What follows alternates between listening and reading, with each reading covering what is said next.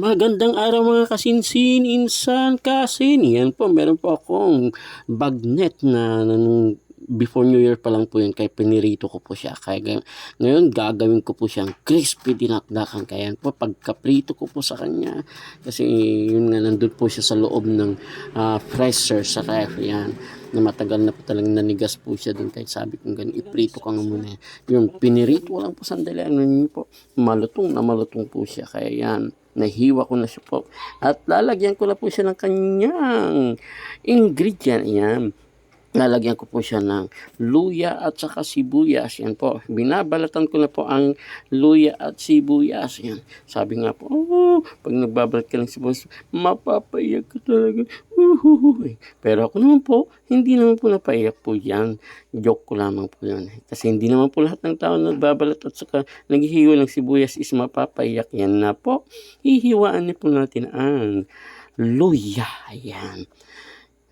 Lalagyan ko po siya ng maraming luya para magkakaroon po tayo golden balls. Ika nga po, parang talagang i-maintain ang golden balls. Bakit, Arnel? Meron ka bang magandang boses? Ika nga po. Di po ba yan? Sige, tad-tad lang ng tad-tad. Napakarami ko pong nilagay na luya para para hindi po sasami din, hindi po maano yung lalamunan po natin. At saka gaganda pa raw po ang boses. Ika nga po, saka ika nga po, sana nga po gaganda ang boses. Ayan po. Yan din. Yan din ang sibuyas na pula. Hindi po yung sibuyas na puti ang inano ko. Kaya ang sabi ng misis ko sa akin, bakit yung sibuyas na pulang ginamit mo? Meron naman tayong sibuyas na puti. Sabi niya ganoon. Sabi ko lang, yan, mas masarap bang pael? Di po ba? Sarap na sarap. Nilagyan ko na rin po siya ng kalamansi. Ayan, galing din po yung kalamansi ko po dyan sa puno po ng kalamansi ko, yung variegated kalamansi ko po yan. At nilagay ko na rin po yung mga ingredient po niya. Secret ingredient, ikaw nga po, di po ba? O, yan. Kaya na, iyan na po, akin na pong minekos-mekos. Yan. Sabi ng misis ko, bakit ang tagal mo naman minekos-mekos? Ang bango-bango, tara na, kain na tayo. Gutom na ako, sabi niya gano'n. Kaya yan po, tara na po, yan na po yung aking na mekos-mekos na crispy dinakdakan. O, kain na po tayo, yan. Yan na po yung nagawa po naming ulam. Yan. At kumukuha na po ng pang-ulam si Mrs. Ayan po. O, di po ba, kain na po tayo pananghalian. Po, ginawan ko po ng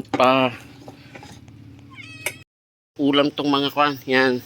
Kain kayong dalawa kasi makukulit kayo. Yan, dito po kami sa kubo kumakain.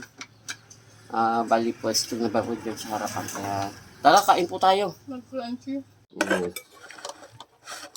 Napakain ko yung mga pusa. Ako naman po ang kakain. Kukuha ng ulam.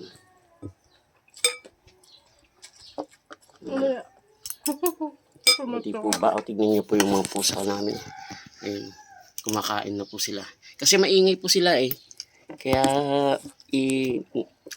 nauna silang binigyan ng pagkain.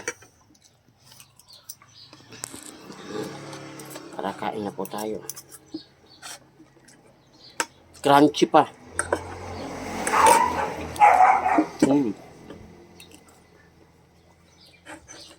Talagang marinig mo pa yung crunchiness ng